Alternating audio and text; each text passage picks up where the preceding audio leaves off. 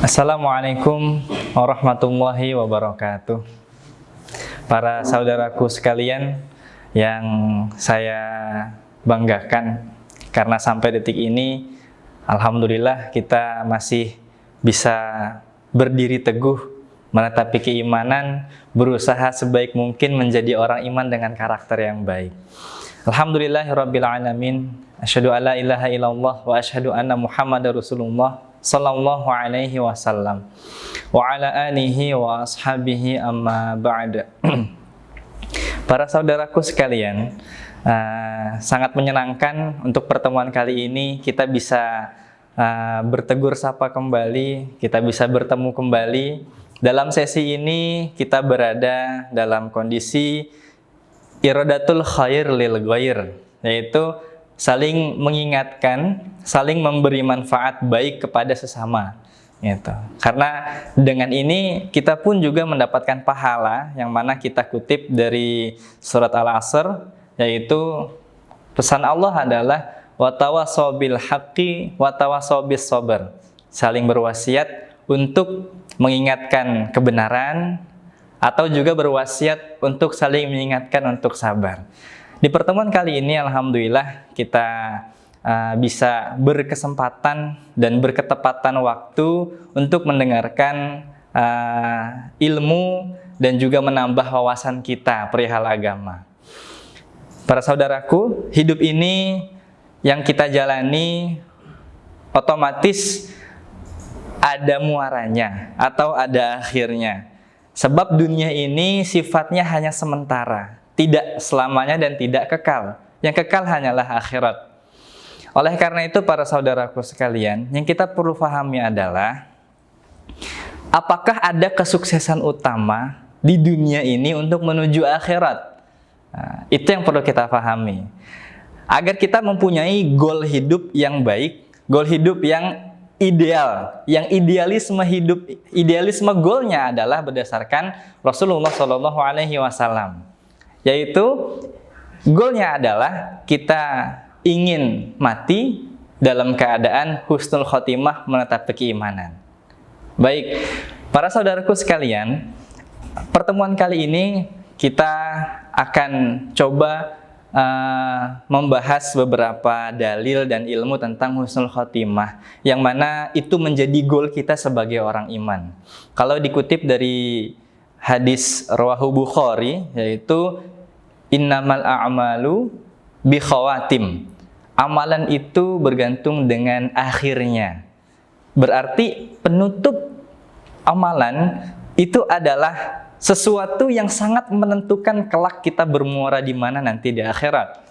Oleh karena itu para saudaraku sekalian, beberapa hambanya Allah yang solih melihat dalil tersebut, mereka terketuk hatinya dan merasa sangat waspada.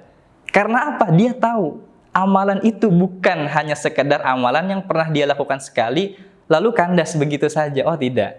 Ternyata yang dipentingkan dalam amalan itu adalah konsistensi. Makanya kenapa di Bukhari dituliskan innamal a'malu bi khawatim. Akhirnya yang dilihat nanti.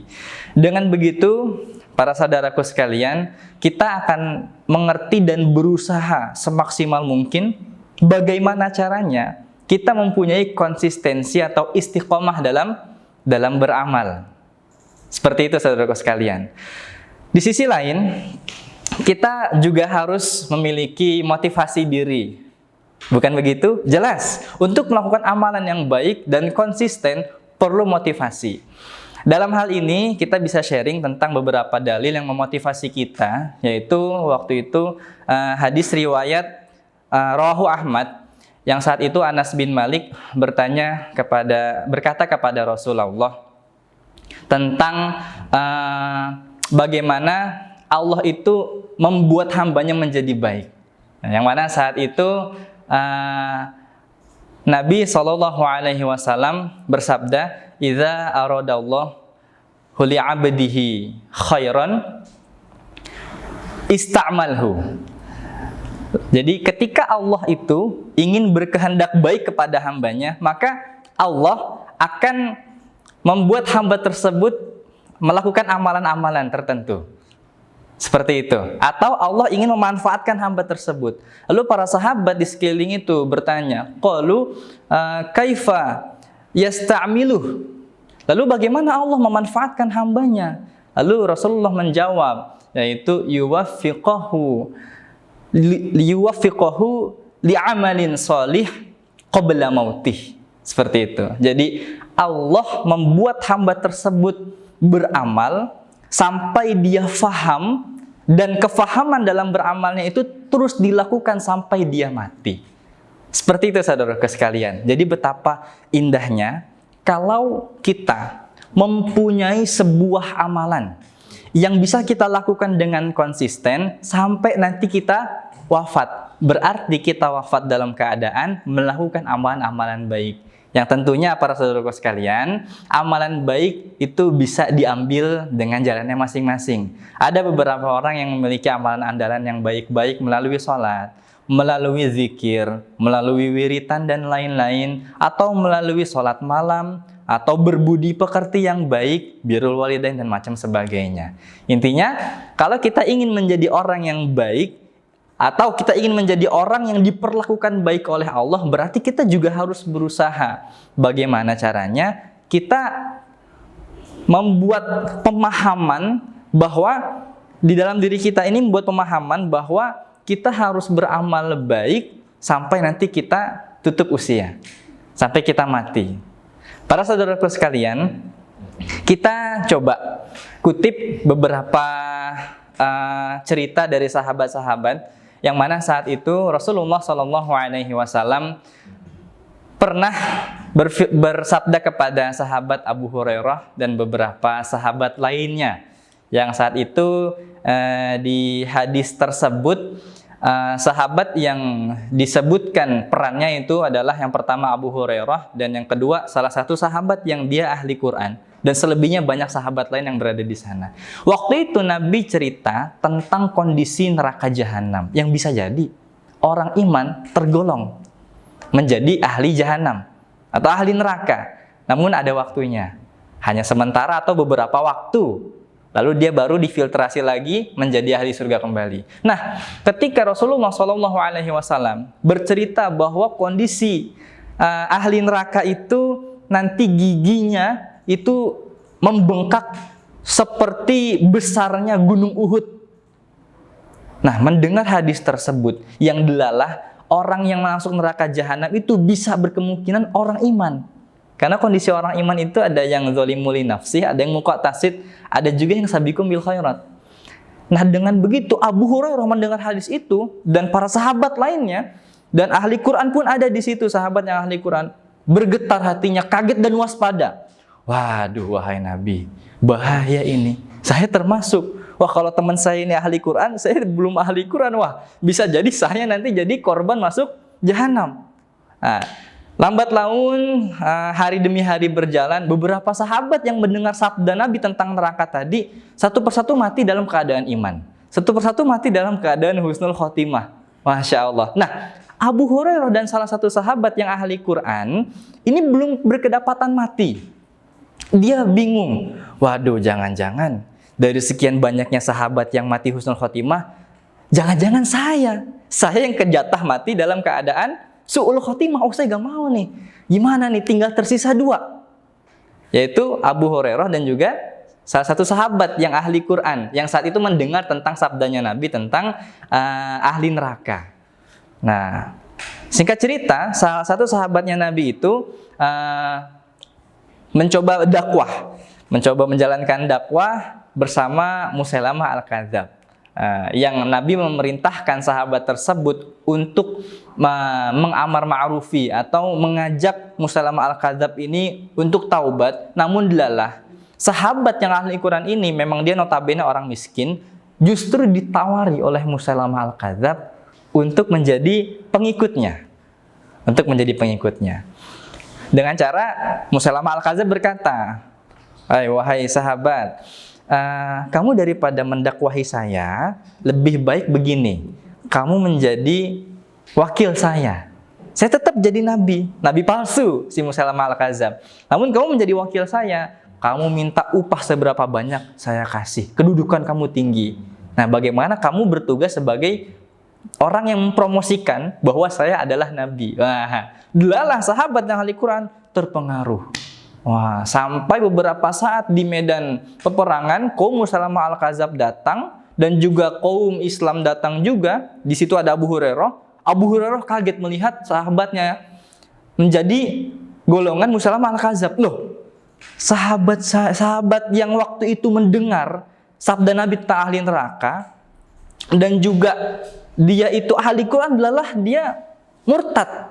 Dia pindah mengikuti Musailamah Al-Kadzdzab. Abu Hurairah disitu senang sekali. Wah, alhamdulillah ya Allah, ternyata saya ini tergolong sahabat yang masih teguh keimanannya. Jadi Abu Hurairah saat itu lebih pede karena sekian banyaknya sahabat yang gugur dalam keadaan husnul khotimah, ada nih ahli Quran yang dia terpengaruh ikut Musailamah Al-Kadzdzab. Lalu hikmah yang diambil seperti apa para saudaraku sekalian? Jadi hikmahnya seperti ini.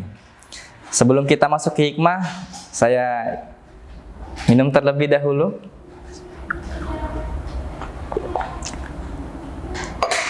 Hikmah cerita dari Abu Hurairah ternyata menandakan bahwa untuk mencapai husnul khotimah itu perlu jiwa yang terus merasa khawatir dan tidak aman terhadap azabnya Allah. Seperti itu. Makanya kenapa di surat Al-A'raf ayat 99 dijelaskan fala ya'manu makrallah, dijelaskan dalam Al-A'raf ayat 99 bahwa afa aminu makrallah fala ya'manu makrallah ilal qaumul khasirun gitu. Jadi kalian janganlah merasa aman terhadap upadayanya Allah yang bisa juga menyiksa hambanya. Allah tuh upaya menyiksa. Nah, dengan Allah punya upaya atau kuasa untuk menyiksa, kita sebagai hambanya walaupun kita beriman, kita juga jangan merasa aman, tetap khawatir. Sebab orang yang terus-terusan merasa aman akan siksanya Allah, dia tergolong orang yang rugi. Seperti itu saudaraku sekalian. Berarti hikmah agar kita bisa meraih husnul khotimah, salah satunya adalah kita jangan pernah merasa aman. Dengan kita tidak pernah merasa aman, timbullah di sana sifat mutawari. Timbullah di sana pemikiran-pemikiran, konsep-konsep hidup yang baik. Seperti itu saudaraku sekalian. Makanya dalam riwayat Ibnul Mubarak diterangkan, idza aradta an taf'ala amran fatadabburahu fa in kana khairan famdi wa in kana syarran fantahi. Jadi ketika kalian berkehendak ingin mengerjakan suatu perkara, maka ditadaburlah dulu. Tenang dan coba diperhatikan baik-baik perkara ini baik atau tidak. Kalau perkara tersebut baik, maka teruskanlah. Namun kalau jelek, maka hentikanlah. Pemikiran itu akan muncul, itu berarti kan pemikiran mutawari. Ya, hati-hati dalam beramal. Itu akan muncul ketika dia berusaha menjadi hamba yang terus-terusan ngerasa tidak aman dari siksanya Allah. Oh, bisa jadi saya ngerasa iman, namun bisa jadi dari beberapa kelalaian saya sebagai manusia yang banyak lupanya, Allah menyiksa saya. Mungkin ada hutang yang belum saya bayar, yang saya lupakan, dan orang yang saya hutang ini terzolimi saat ini. Atau barangkali ada perkataan saya yang menyakiti hati seseorang sampai depresi. Saya belum minta maaf. Saat ini berhubung tahtanya tinggi, akhirnya dia lupa terhadap kesalahan-kesalahan yang belum ditaubati. Hablum minallah atau hablum minan nas. Maka dengan kita merasa tidak pernah aman akan siksanya Allah, itu menimbulkan kita terus berusaha introspeksi diri. Ya. Dan salah satu resep agar kita dalam kondisi baik dan kita bisa menjadi kategori orang yang mati dalam keadaan husnul khotimah dijanjikan surga adalah ada salah satu doa dari riwayat Bukhari tentang rajanya istighfar. Yaitu doanya adalah Allahumma anta rabbi la ilaha illa anta khalaqtani wa ana abduka wa ana ala ahdika wa wa'dika mastata'tu a'udzubika min syarri ma sana'tu wa abu'u ilaika bi ni'matika alayya fa'atarifu bi dzunubi faghfir li dzunubi innahu la yaghfirudz dzunuba illa anta. Nah, doa tersebut memberi arti bahwa Allah itu adalah Tuhan, yang tidak ada Tuhan selain Allah. Allah itu zat yang menciptakan saya, dan saya ini adalah hamba-Mu ya Allah. Wa ana ala ahdika wa wa'dika, dan saya ini atas janjimu, hidup saya ini atas janjimu, janji ibadah juga, dan tapi banyak amanah. Lalu saya mengerjakan semuanya sakpol kemampuan saya. Lalu saya mengakui beberapa dosa saya, maka ampunilah dosa saya ya Allah, sebab hanya Engkaulah zat yang bisa mengampuni dosa. Kefadolan dari doa tersebut, mungkin nanti para saudaraku sekalian bisa mengulang videonya dan notes doa Raja Istighfar ini sebagai amalan andalan dan dibaca setiap pagi dan sore. Sebab kefadolannya hebat para saudaraku sekalian. Barang siapa yang dari kalian membaca doa ini, di hadis diterangkan bahwa ketika dibaca pagi, maka kalau nanti dia diqadar mati sebelum sorenya, ya, dia nanti mati dalam keadaan dijanjikan surga. Sebaliknya juga barang siapa yang membaca doa ini sore hari, maka nanti ketika sebelum pagi dia meninggal, dia juga mati dalam keadaan dijanjikan surga. Itu salah satu upaya.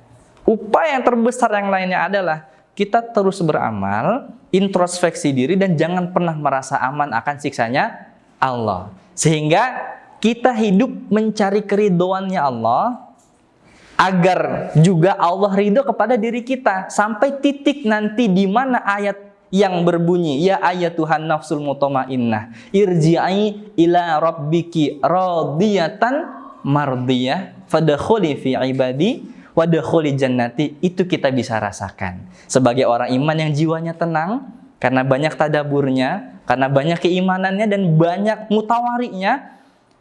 Irji'i ila rabbiki radiyatan mardiyah, kalian masuklah ke dalam surgaku, atau Allah memanggil dengan keadaan kita ridho kepada Allah, Allah pun ridho kepada kita, sehingga kita semua bisa menjumpai mati dalam keadaan husnul khotimah. Amin ya rabbal alamin.